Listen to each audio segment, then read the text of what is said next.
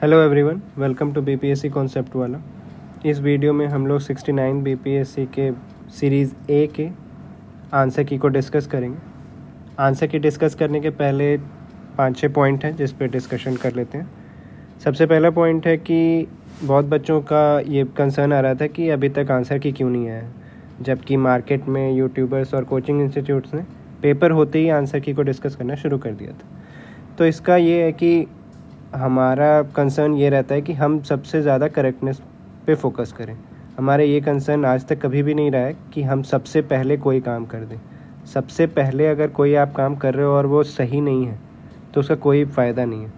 अगर आप कोई आंसर की रिलीज़ कर रहे हो, उसके अंदर 30 मिस्टेक्स आप बता दे रहे हो, तो फिर उस आंसर की का कोई फ़ायदा नहीं है। वो बस बच्चे का माइंडसेट बिगाड़ने के लिए बना है और आपको ये बताने के लिए हमने सबसे पहले कर दिया। तो सबसे पहले करके कोई फ़ायदा नहीं है अगर वो करेक्ट नहीं है। तो हमारा फोकस हमेशा से यही रहा है कि हम करेक्टनेस पे फोकस करेंगे, हम क्वालिटी पे फोकस करेंगे। तो ये आंसर की डिले इसी से आया है क्योंकि इसमें एनालिसिस की गई है, इसमें स्टैंडर्ड सोर्सेज को चेक किया गया कि इसका आंसर क्या होना चाहिए। दूसरा पॉइंट है कि पेपर ईजी था, मीडियम था, टफ था। बहुत लोगों का कहना है कि पेपर तो बहुत ही ईजी था। तो जिनको भी ये लगता है बाहर बैठ के एग्ज़ामिनेशन हॉल के और इंटरनेट को सामने देख के कि पेपर तो बहुत ईजी था, उनको ये करना चाहिए कि एग्ज़ाम टेम्परामेंट में एक बार बैठ के पेपर दे के देखें 2 घंटे का क्या प्रेशर होता है। 2 घंटे में ऐसे क्वेश्चंस को सॉल्व करना कितना ईजी है, कितना डिफ़िकल्ट है, उसके बाद वो खुद डिसाइड कर लें कि पेपर ईजी था या मॉडरेट था या टफ़र एंड पे था। ठीक है। अगला पॉइंट है कि कुछ क्वेश्चंस जो हैं वो थोड़े से डाइसी हैं इस पेपर में।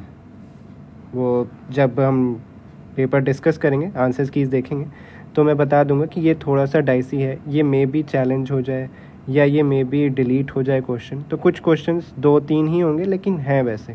ठीक है। उसके बाद ये वीडियो प्रोसीड कैसे करेगी, तो इस वीडियो को हम लोग ट्राई करेंगे कि जितना शॉर्ट हो सके उतना शॉर्ट रखें।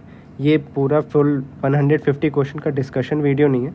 इसमें बस आपको बताया जाएगा कि इस क्वेश्चन का आंसर क्या है, इस क्वेश्चन का आंसर क्या है। अगर उसमें कोई डिस्प्यूट है या कुछ कन्फ्यूज़न है या उसको किसी ट्रिक से सॉल्व किया जा सकता था तो वो थोड़ा बहुत बताने का ट्राई कर दूंगा। बट इस वीडियो का मेन मोटिव ये है कि आपको एक आंसर की, ऑथेंटिक आंसर की प्रोवाइड करने का ट्राई किया जाए। ठीक है। नेक्स्ट पॉइंट है कि कट ऑफ क्या होना चाहिए। तो मार्केट में बहुत ज़्यादा वीडियोज़ हैं कट ऑफ के लिए, लोग अपनी अपनी प्रेडिक्शंस बता दे रहे विदाउट एनी एनालिसिस। तो हमारी टीम ट्राई करिए कि एक एनालिसिस के बाद आपको कट ऑफ दिया जाए। कुछ एनालिसिस हमने पहले भी किया, कुछ एनालिसिस हम इस वीडियो के थ्रू करेंगे। इस वीडियो के थ्रू कैसे करेंगे, ये वीडियो आप देखेंगे, उसके बाद आप अपना आंसर्स इससे मैच करेंगे। आपको कितना मार्क्स आ रहा है आप अपना मार्क्स बताएंगे और आप ये भी एक बताएंगे कि आपको क्या लगता है कि कट ऑफ कितनी जानी चाहिए, आपका प्रेडिक्शन क्या है। आप अपना प्रेडिक्शन भी बताएंगे। आपका प्रेडिक्शन अपने साथ में रहने वालों, दोस्तों से बात करने के बाद आपको कुछ एक लगा होगा कि हाँ सबके मार्क्स इस रेंज में आ रहे हैं, तो हो सकता है कि कट ऑफ इस रेंज में हो। तो ये चीज़ आप कमेंट ज़रूर करेंगे कि आपके अपने मार्क्स इस आंसर की से, कोई और आंसर की से नहीं आप बताएंगे, आप इस वाली आंसर की से बताएंगे कि आपके खुद के मार्क्स कितने आ रहे हैं और आपका क्या प्रेडिक्शन है कि क्या कट ऑफ जा सकती है। उसके बाद कल हम लोग एक वीडियो लेके आएंगे जिसमें हम एक वेल रिसर्च्ड कट ऑफ आपको बताने का ट्राई करेंगे कि क्या होना चाहिए कट ऑफ। ठीक है। तो ठीक है, शुरू करते हैं। पहला क्वेश्चन है इंटरनेट ऑफ थिंग्स वाला, 5G कम्युनिकेशन, इसका आंसर होगा डी। सेकंड क्वेश्चन है answer A. Third question Lenin, C. Fourth question answer C. ठीक है। Which of the following computer languages, Java होगा ही, पाइथन होगा ही, 2 और 4 कोई फिक्स नहीं दिख रहा है, डी। कोबरा भी होता है, स्क्विरल भी होता है। Which of the following chat GTP, generative, pre train transformer, salt. 4 और 7 सिर्फ ये आपको देखना था, इंसोम्निया, स्लीपिंग डिसऑर्डर होता है, इससे आपका आंसर आ जाता 3 और 4। Pulse rotating neutron stars, LED में ग्रेफाइट, केवलार बहुत बार बताया हुआ क्वेश्चन है, HMX 1 और D PIB से उठाया हुआ क्वेश्चन है। Tesla Optimus. Manhattan project, answer A. Image formed at 2C, centre of curvature 2F। ठीक है। Photo electric device, light energy to electric energy, सारे मोमेंटम के क्वेश्चंस हैं। Concentration of solution. Question number 18 देखो, how do COVID vaccine simulate an immune response. अब ये question जितना हमें लगता है ये हो सकता है कि डिलीट हो जाए। क्यों? बहुत लोगों का कहना है कि एंटीबॉडीज़ इंट्रोड्यूस करता है। अब पहले तो स्टेटमेंट ये देखो, by introducing a live attenuated SARS-CoV-2 virus, introducing real, तो ये तो नहीं है। Introducing a harmless piece of, ये कुछ वैक्सीन्स में यूज़ होता है मेथड, कुछ वैक्सीन्स में ये यूज़ होता है मेथड। जो प्लाज्मा टेक्निक एक आई थी उसमें ये मेथड भी यूज़ हुआ था, बट वो वैक्सीन तो नहीं है। अगर यहाँ पे स्टेटमेंट ये कहता कि by developing antibodies in the body of the patient, तो ये स्टेटमेंट सही हो जाता है। बट यहाँ पे क्या है, इंट्रोड्यूसिंग। इंट्रोड्यूस सामने से नहीं होती। अगर आप किसी के बॉडी में एंटीबॉडीज़ डाल रहे हो तो वो बॉडी अपनी खुद की एंटीबॉडीज़ उस सामने वाली एंटीबॉडीज़ के अगेंस्ट जनरेट कर लेगी। ठीक है। अगर यहाँ पे वर्ड होता कि डेवलप करा रही है एंटीबॉडीज़ वो वैक्सीन, तो ये स्टेटमेंट सही हो जाता। बट अभी के लिए इसको डाउटफुल क्वेश्चन में हम लोग रखेंगे। ठीक है।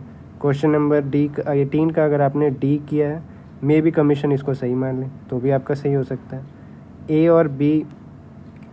ए और सी भी किसी न किसी वैक्सीन के डेवलपमेंट में काम आए हैं ये तरीके। ठीक है। तो 18 को अभी डाउट में रखेंगे। आगे चलते हैं। 19 इजी क्वेश्चन है, none of the above. DNA फिर से easy. Two object of different mass, बहुत बार करवाया हुआ क्वेश्चन है। Same velocity. How do vaccine work with provide immunity. Vector vaccines की बात हो रही है, नॉर्मल वैक्सीन की बात नहीं हो रही है। आंसर होगा C. New crust refloor spreading, tectonics, plate tectonics theory. Question number 25 mRNA messenger, easy. AC current, an AC current can be produced by, अब एक तो ये NCERT का क्वेश्चन है। ठीक है। होना चाहिए इसका ideally none of the above. ठीक है। बट कुछ डायनेमो जो होते हैं वो DC भी होते हैं, कुछ AC, बहुत ही एक्सेप्शनल एक AC डायनेमो भी होता है जो कि AC करंट प्रोड्यूस कर सके। ठीक है। तो इस क्वेश्चन को भी अभी वो डाइसी में रखेंगे, मतलब इसका आंसर D भी जा सकता है और B भी जा सकता है। ठीक है। आइडियली D ही होना चाहिए। ठीक है। करंट डेंसिटी है vector quantity. Basis of most of the medication molecular targets, catalytic, none. Input output device, input output nerve, central nervous system. Answer हो जाएगा off coast of Goa. Answer 1 और 3, 50 नहीं है। आंसर बी 33 का। 34 का इकोनॉमिक फोरम, क्वीन के बारे में पूछा है। आंसर ए। 36 का पाथ टू प्राइड, मैगजीन से क्वेश्चन है। 3-day celebration Myanmar, white house वाला। आंसर है डी। नेट मीटरिंग, बहुत न्यूज़ में था ये, बिल मैकेनिज्म है। Magenta, answer A. 41 का आंसर टाइटन, डी। 42 का आंसर एविएटर्स, चश्मे होते हैं। ठीक है। उससे कुछ एलिमिनेट करके बना सकते थे। इस बार थोड़ा सा फोकस इंग्लिश की तरफ भी गया है BPSC का। जैसे इंग्लिश ना कहें, अगर जनरल यूजेस की चीज़ जो जनरल आप पढ़ते नहीं हो बट एक अवेयरनेस से कुछ चीज़ें पता चलती हैं, तो उस तरफ भी थोड़ा सा ध्यान BPSC का गया है। ये यूजुअली UPSC में देखा जाता है ट्रेंड की, शैम्पू के कंपोजिशन का भी पूछ सकते हैं या कुछ इस टाइप के क्वेश्चन वो पूछते हैं। तो BPSC ने भी ट्राई किया है उस ट्रेंड को कॉपी करने का या उसको फॉलो करने का। फॉर्मर प्रेसिडेंट ऑफ ये थोड़ा सा डाइसी क्वेश्चन है। डाइसी इसलिए नहीं क्योंकि इसका आंसर मिलना मुश्किल है। बराक ओबामा एथेंस में गए थे इंटरव्यू देने, बट डाइसी इसलिए क्योंकि एक तो फॉर्मर पूछ रहा है और एक रिसेंटली पूछ रहा है। फॉर्मर प्रेसिडेंट एक दो तो है नहीं, अब वो ओबामा के बारे में पूछ सकता है, ट्रम्प के बारे में पूछ सकता है, और रिसेंटली कोई बहुत ही वैसा टर्म है कि वेक सा टर्म है, इसको आप श्योर शॉट होके नहीं बता सकते हो कि हाँ यही होना चाहिए, इसमें कोई भी वो नहीं। तो इसको हम लोग आंसर सी रखो, बट मे बी ये क्वेश्चन डिलीट हो सकता है। In the context of sport answer इसका डी है, 44 का D. 45 the ministry of home affairs, 576 answer is C. Question number 46 answer is Tamil Nadu, that is A. 47 answer is again A. 48 answer is A. 49 answer is A. 50 answer is A. आधे लोग तो इसी में डर गए होंगे, इतने सारे ए आ रहे हैं, गलत होगा लगता है कोई, तो हो सकता है ऐसा कि एक साथ लगातार ए आ रहा हो। Question number 51 answer is B, Australia. Question number 52 the plain language act 2022 pass हुआ है न्यूजीलैंड में। पूछ रहा है recently, which country recently. Ireland में भी पास हुआ है बट रिसेंट नहीं है, वो 2019 में हुआ था आयरलैंड में। रिसेंटली पूछ रहा है तो answer will be New Zealand. Question number 53 answer is Russia. 54 Lisbon declaration is related to ocean, 30/30। Which of the following animal, horse, which of the following is not India gate. Directive principle Ireland से बहुत बार बताया हुआ question है। सिक्किम बना 1975 में, बताया हुआ है। Pound sterling is weakest, sorry costliest. Bihar government 2024। Indian art, Buddhism. Question number 62 answer is C. Question number 63 answer is C. Question number 64 answer is C. Question number 65 answer is B, Ashtapradhan Maratha administration. Question number 67 Ajanta is the correct answer. Question number 68 देखो क्या किया है, ये यहाँ होना चाहिए, ह्यूनसेंग यहाँ होना चाहिए, रिवर्स किया हुआ है। बहुत सारे दो स्टेटमेंट वाले क्वेश्चन में देखोगे कि रिवर्स किया है इसने, जो यहाँ होना चाहिए तो वो यहाँ, जो वहाँ होना चाहिए था यहाँ। Answer will B D. Question number 69, अब इतना बड़ा क्वेश्चन है, अगर थोड़ा स्मार्टली बनाया होता, चक्र संहिता याद होना चाहिए, बहुत बार बताया हुआ है वीडियोस में भी और कोर्सेज में भी। मेडिसिन है चक्र संहिता यहाँ। अब देखो ए का 2 होना चाहिए, ए का 2, कुछ और देखने की ज़रूरत नहीं है। Answer will be A. Question number 70 answer will be C. Question number 71 answer is northern India. 72 Wood's dispatch, answer is C. कुछ लोगों को डाउट था फीमेल वाले पे, फीमेल एजुकेशन पे भी इसने बात की है। Maithili, answer is C. 74 question number, answer is Rajgira. 75 answer is D. 76 Mayo, answer is A. 77 answer is B. 78 answer is ए।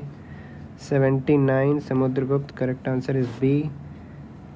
80 1912। ऐसा नहीं कि सारे क्वेश्चन ही बहुत मुश्किल आए हैं, क्वेश्चन का डिवीज़न कुछ ऐसा है कि कुछ क्वेश्चन तो बहुत ही सिंपल है, बिल्कुल ही याद होने वाले। कुछ क्वेश्चन जो हैं वो डिफ़िकल्ट एंड पे हैं।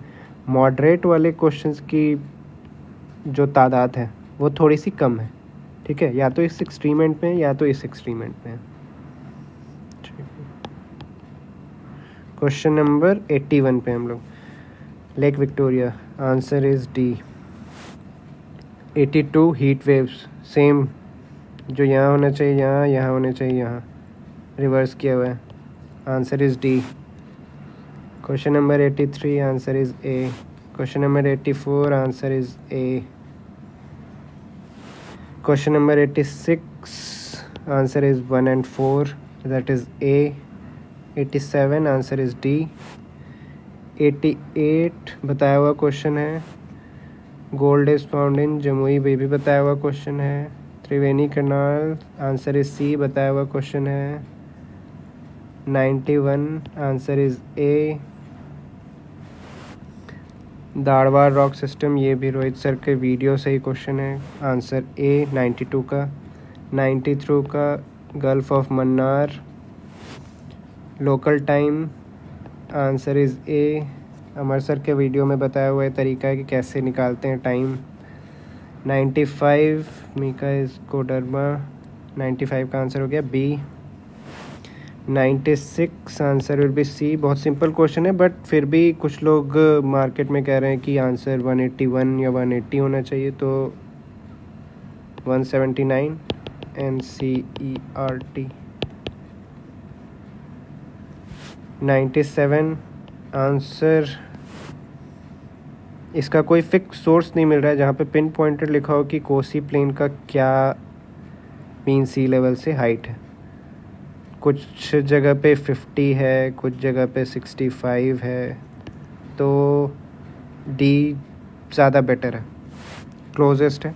बाकी कमीशन इस पे बेटर स्टैंड ले पाएगा कि वो किस सोर्स को या कहाँ से सही मान रहा है इसको आंसर। 98 विल बी बघेलखंड, अच्छा क्वेश्चन था ये।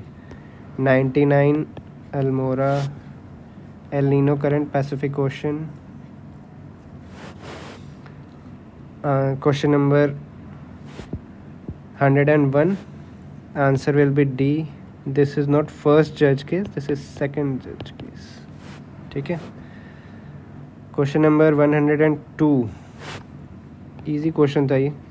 2, बहुत जगह बच्चों ने इनकरेक्ट और करेक्ट की वजह से भी मिस्टेक किया है, तो ये थोड़ा सा ध्यान रखना। 103, answer is D.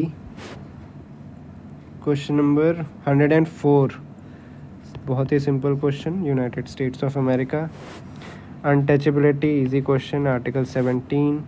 Authority to determine number of जजेस, president.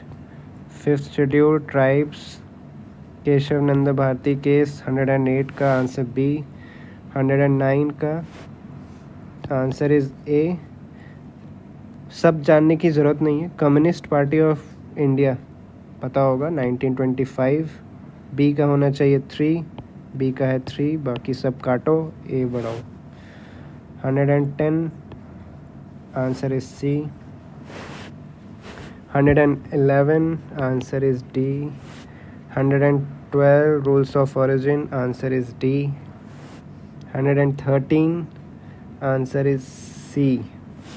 114, human capital formation, answer is C.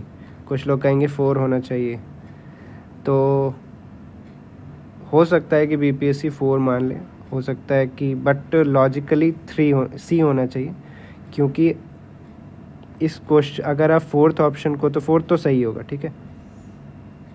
Second option, third option जो है इंक्रीजिंग द स्किल लेवल है, अगर हम इसको गलत मानते हैं कि सी नहीं होगा 4 होगा, तो इसका मतलब हम क्या कह रहे हैं कि सी गलत है। सी गलत होने का मतलब क्या है कि थर्ड स्टेटमेंट गलत है, बट थर्ड स्टेटमेंट गलत तो नहीं है ना, सही है ना। तो बेस्ट ऑप्शन जो है वो सी है। अगर ओनली 4th होता और ये सी ऑप्शन नहीं होता तो हम लोग डी पे जा सकते थे, बट अभी के लिए आवर स्टैंड इज की answer should be C. Question number 115, bankruptcy, insolvency definition interchange की हुई हैं। बहुत जगह ये देखोगे कि डेफिनेशंस को इंटरचेंज किया गया है, answer will be C. Industrial policy 56, answer is A. 117, answer is C. 118, answer is B. 119, answer is A. 120, अब ये क्वेश्चन थोड़ा सा टफ कह लो या इल फ्रेम्ड ज़्यादा बेटर वर्ड होगा। क्वेश्चन क्या है, which of the following factor could potentially contribute to stagflation in the Indian economy. Stagflation क्या होता है? Stagflation is a condition with high inflation and low economic growth. Usually क्या होता है कि इन्फ्लेशन जैसे जैसे बढ़ती है इकोनॉमिक ग्रोथ भी होता है इकॉनमी में, ठीक है। इसीलिए आरबीआई के पास ये थोड़ा सा कंडीशन रहता है कि अगर वो इन्फ्लेशन को कंट्रोल करेंगे, कम करने की कोशिश करेंगे, तो इकोनॉमिक ग्रोथ भी कम होने लगेगा, ठीक है।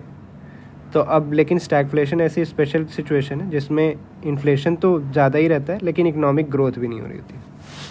अब थोड़ा सा एनालाइज करते हैं कि फोर्थ स्टेटमेंट सबसे पहले देखते हैं कि appreciation of the domestic currency leading to reduction of export competitiveness. तो ये गलत है, ये तो नहीं होगा। डी स्टेटमेंट चला गया, सी स्टेटमेंट चला गया।